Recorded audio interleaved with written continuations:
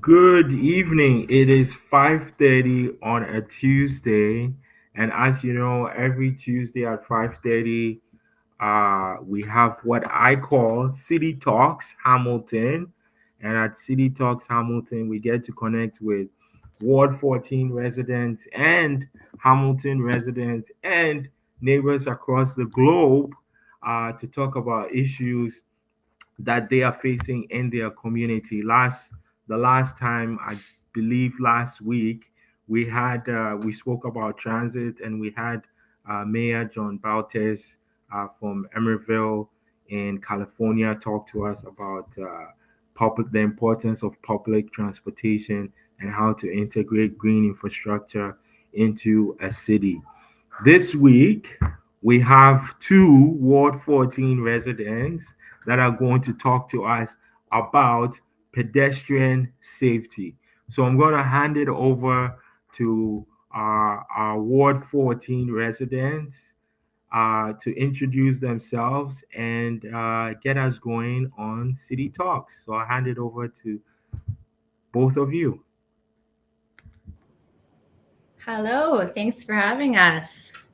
I am Susie, and a lot of people call me Sue, Susie, or Susanna, so it gets a bit tricky sometimes depending on who's talking to me. But this is Gwendolyn, who's Hi. the most important, I think, part of this. Her perspective is invaluable in anything to do with pedestrian safety. So I will let her just lead and then see where this goes. Okay. If that's okay with you, Kojo. That's perfect. That's why we're here. All right.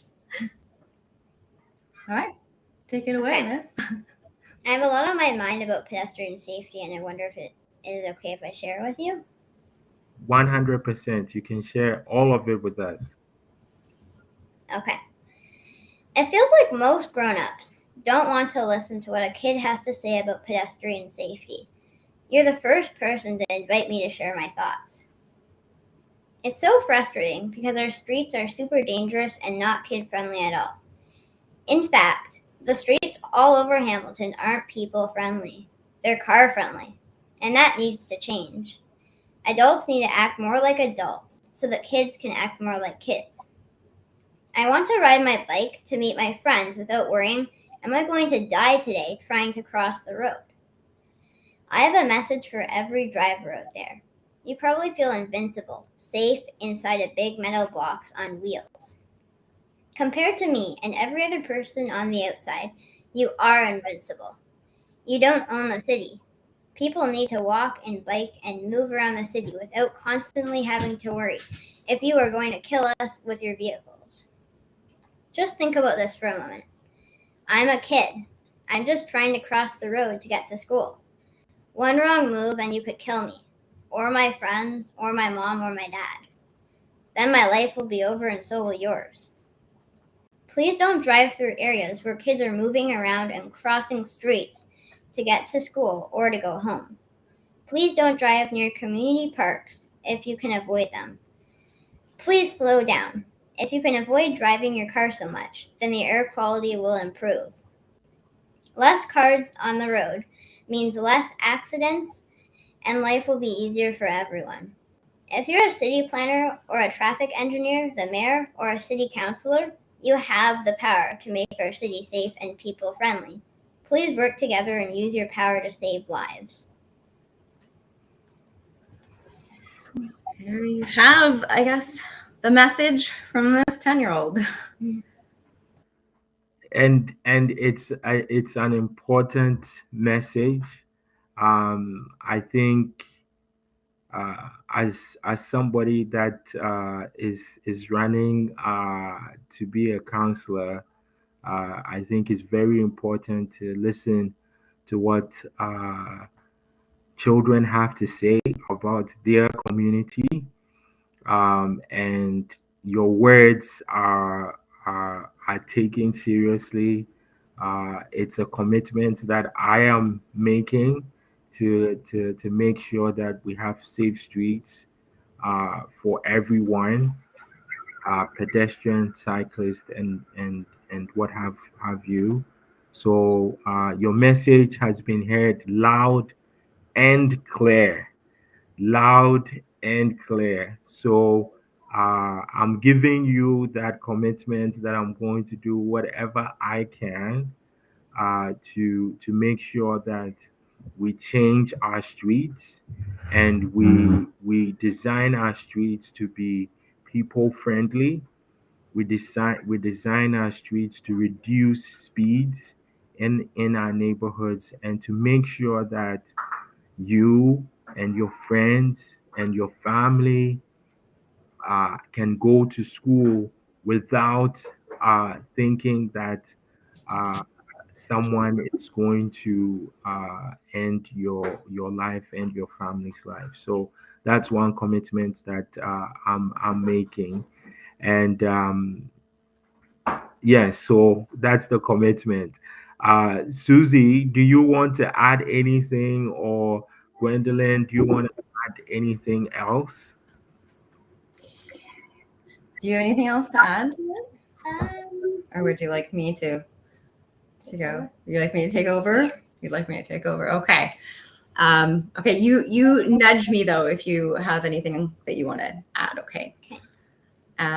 Yeah, it's really hard to argue with that. She has, you know, she has a lot to say on this, and most kids do.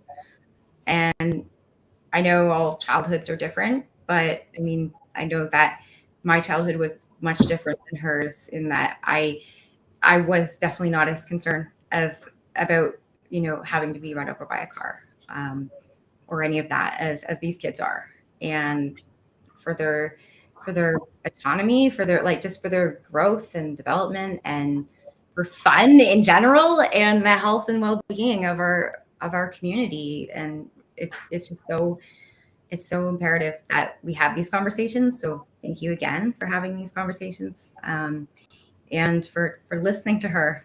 Like, she has tried to speak to others, and that hasn't been successful. So it's much appreciated.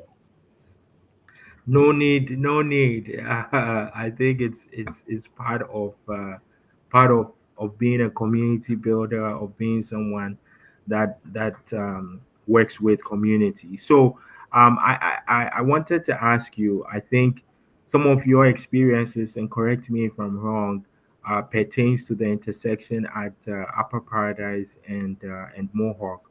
Obviously, because there's Regina Mundi school right at the corner. You have a gas station. You have a grocery store that everybody everybody goes to. So, what are some of the issues at that intersection?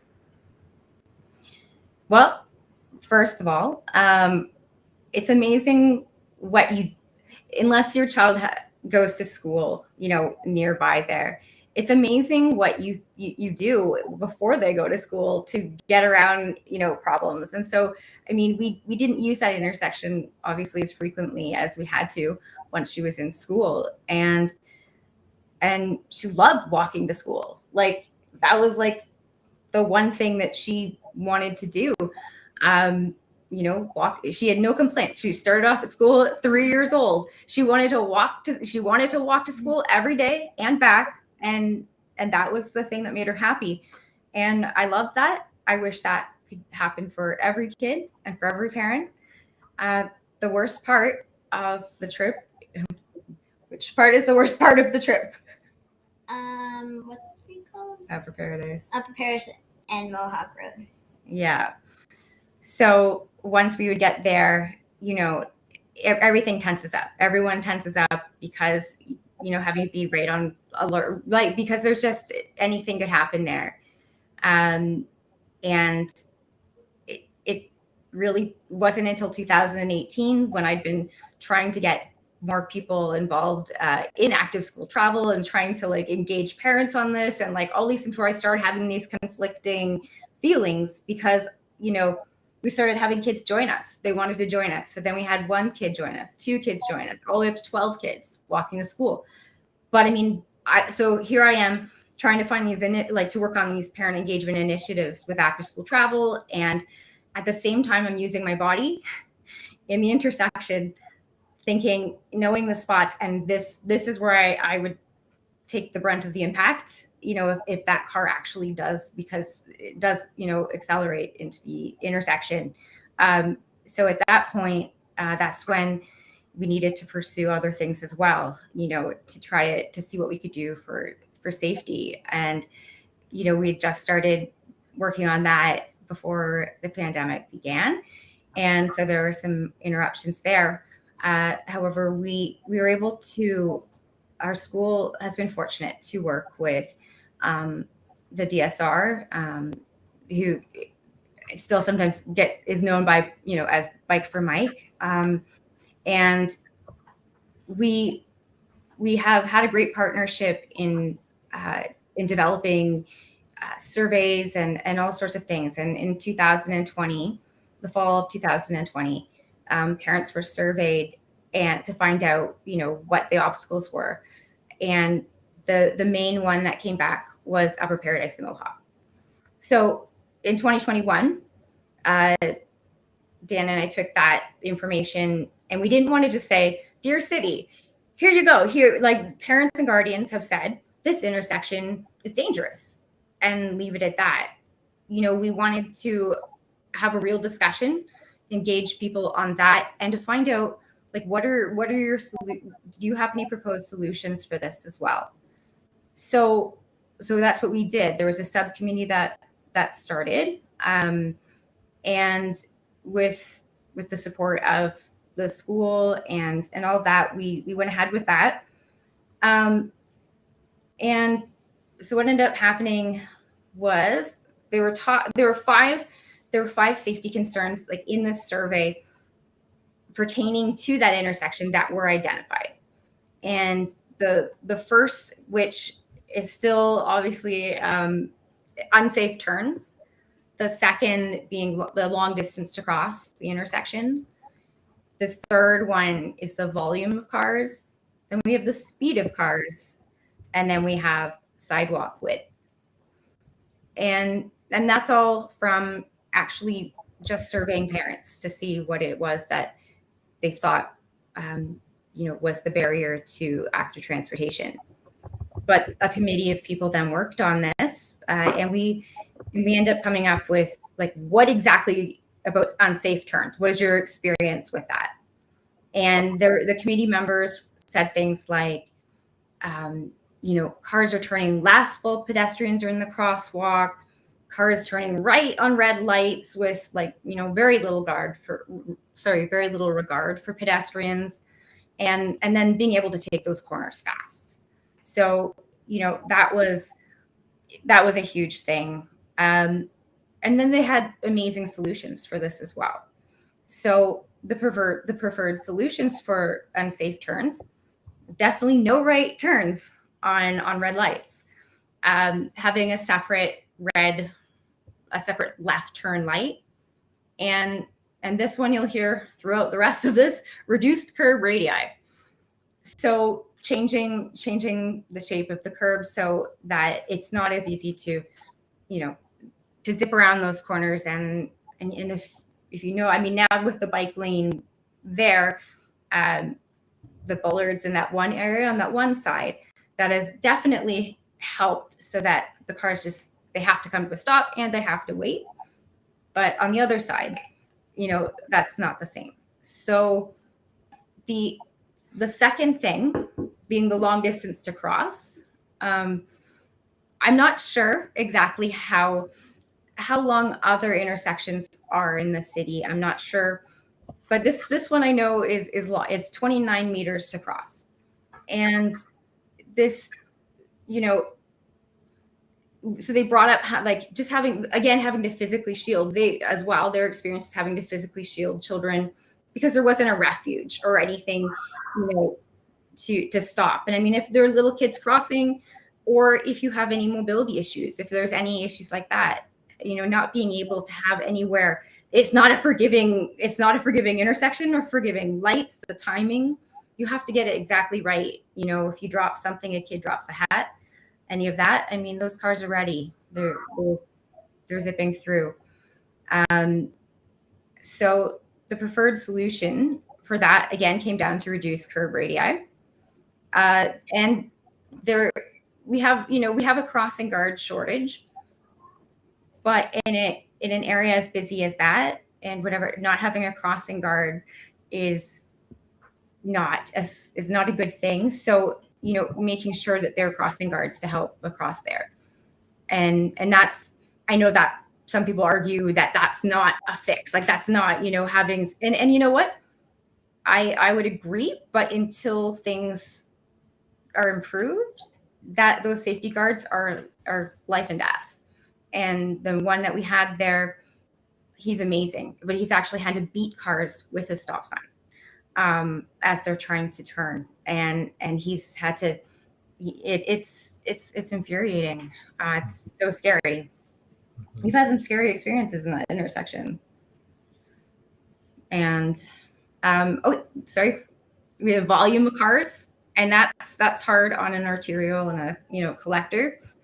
However, you know, and it's hard for the school because it's right there, the proximity, like, to the intersection with the parking lot.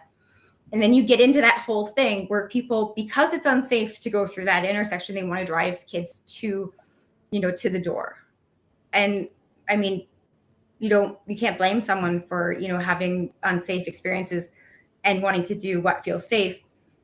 And then at the same time, it's that contributing to that volume again. And that those cars in the intersection are going to cause, you know, cause issues. So it's that partnership between the city and the school board and the school and parents to be able to make a commitment to, you know, to make things safer. So, but everyone also then having to try to keep their, you know, their cars out of there.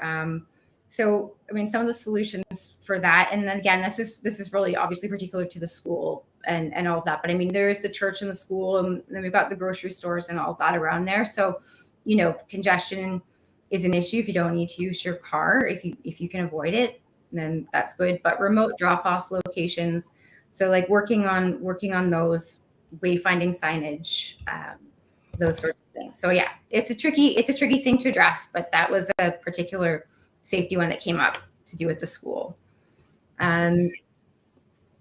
The one of the things that I know I've had some initial discussions with Ahona Medi, who's running for public school board trustee. I know obviously we're right here, we're dealing with Catholic, but maybe I'll have to send an email to the candidates running for Catholic school board in what 8 and 14 to get their take.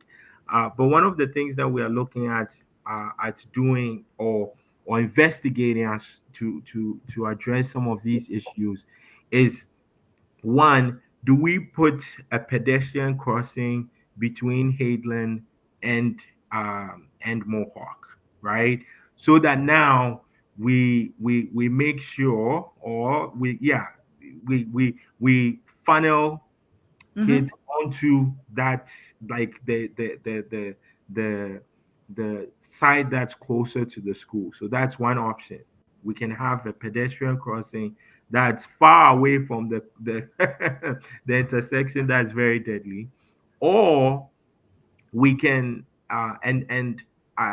this has happened in some schools downtown, but maybe closing off a section of Upper Paradise up until Hadeland for a period of time to allow kids to walk to school, bike to school, and in addition to that, maybe have that remote drop-off location that you're talking about, right? So that now when parents drop off their kids, they can actually uh, own the the road to their school. So I think those are some of the suggestions. Obviously, this would need community consult, obviously, with folks in the neighborhood, the school board, um, traffic folks, and what have you. But I think those are some of the initial suggestions or solutions that I'm discussing with some people, trying to see if that would work. Do you think those might be something that both of you might entertain? I don't know if you noticed the little grin that was creeping over across her face when you talked about closing down a section of the street and all of that, and her getting like and her friends being able to own the city there a little bit so that they don't feel like they're being swallowed up by the city, all the streets all the time. Does that sound like a good plan? Yeah. The other thing was, yes, what you mentioned about that section between Hadeland and Mohawk. That was actually something that we, Dan and the DSR, Mike for Mike, um, just doing observations. We were just noting where kids were traveling, like where parents were crossing, what was happening.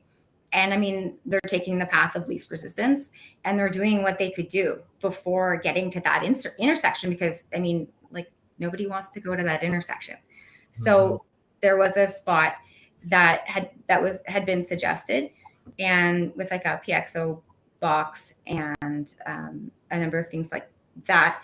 And it was just all about, I believe that might have been presented, and I'm not sure if that got shot down or not by the ward counselor. And but like that is definitely something that, I mean, if you just stand there, you see them cross, Mhm. and you can't blame them for that. It's not safe to Mhm. cross. It's safer. It's safer. It's getting safer, and I'm very thankful for the work that has been done, that has gone into it. Let's continue it. Let's keep it going, Mhm. because you know it would, as amazing as it is to be able to like bike for that section. That section ends. So if we keep working together across the city, and we have people working on this, I mean, making those connections so that this is a more, there are destinations and it's more fluid, and people will want that infrastructure. So yeah. Yeah, no, I think when we talk about, and I know there are many advocates here in Hamilton that have talked about reducing the length of pedestrian crossing, also extending the curb cards. So I think what the issue here in Hamilton is, we tend to do all of these things piecemeal. But Yes. the good news is that I believe the city now has a complete street manual that they are supposed to be using, and so I'm hoping that now that that manual is in, uh, and now that we have there's a bike lane on Upper Paradise, maybe we can put in bicycle islands that might help with reducing the amount of reducing the length of crossing, and also just redesigning that whole intersection. And I know that for folks that are tuning in Ward 14 right now, we are dealing with Upper Paradise and Mohawk Road West, but there are other problematic areas, Upper Paradise and Stone Church, Bendemeer and um, Garth and Garrow, right? So there are lots of intersections that have issues, and I think we have to get together and figure out how we deal with all these intersections, working with school boards, both Catholic and public, because I think that we really have to start. Um, I look at Upper Paradise, that is a major road that connects to majority of the schools. I shouldn't say majority, a large section of Yeah. schools in the ward, whether it's Holbrook, whether it's yes, Shidok, whether it's Regina Mundi and STM, and leading to Gordon Price. So if we made it in such a way that kids can walk safely to all those schools, kids can bike safely to all those schools, we'll definitely be building a vibrant city that allows for Gwendolyn and your friends to be proud of Hamilton and to call Hamilton a safe place for you. So those are the things that I hope to work on, and I'll definitely send out an email to the Catholic school board trustees and see if they'll come on here to talk about safety around the schools in the ward. And maybe we might have you back again when we invite them, and then it can be a fulsome conversation. Would you agree to that? Absolutely. Yeah. Okay, perfect. So, Gwendolyn, you also make it? Yeah. Okay, Oh, you good, want good. to? That's good. Well, we have about 4 minutes, and I the last thing I wanted to say is I'm going to make sure I give the last word to Gwendolyn. But Gwendolyn, I just wanted to say that you're powerful. Thank you for your truth. Thank you for your words, your wisdom, and your teachings. Hearing you speak, yeah, it really, I really took it to heart. I have two young boys, and we really want children to be safe, and we want children to be children. They shouldn't be thinking about their safety, especially when they're going to school. So I will do whatever I can to make sure that you don't worry about that, and we'll do that together.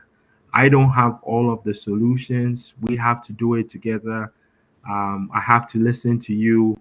You have to listen to me. We have to listen to your parents, teachers, principals, trustees, and other Ward 14 residents, so that we can make streets safe for everyone. So I just wanted to say thank you very much, and I'm glad you were able to join us with your mom. So I'll leave you with the last words. We have about 3 minutes. So if there's any final comments that you want to make, I'll hand it over to you. Um, I don't remember anything.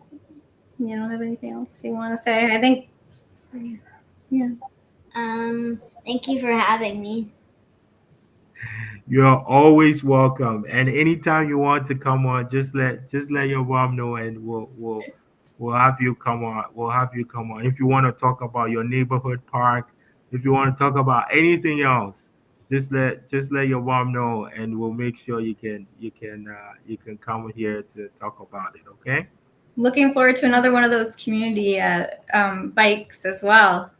Yes, yes, we're going to be planning one. I think it's going to be either the first or second week in August, and we're most likely going to bike from Limeridge Mall to one of the parks in Ward 14. Most likely one of the parks in the Gilbert neighborhood. Awesome. Okay.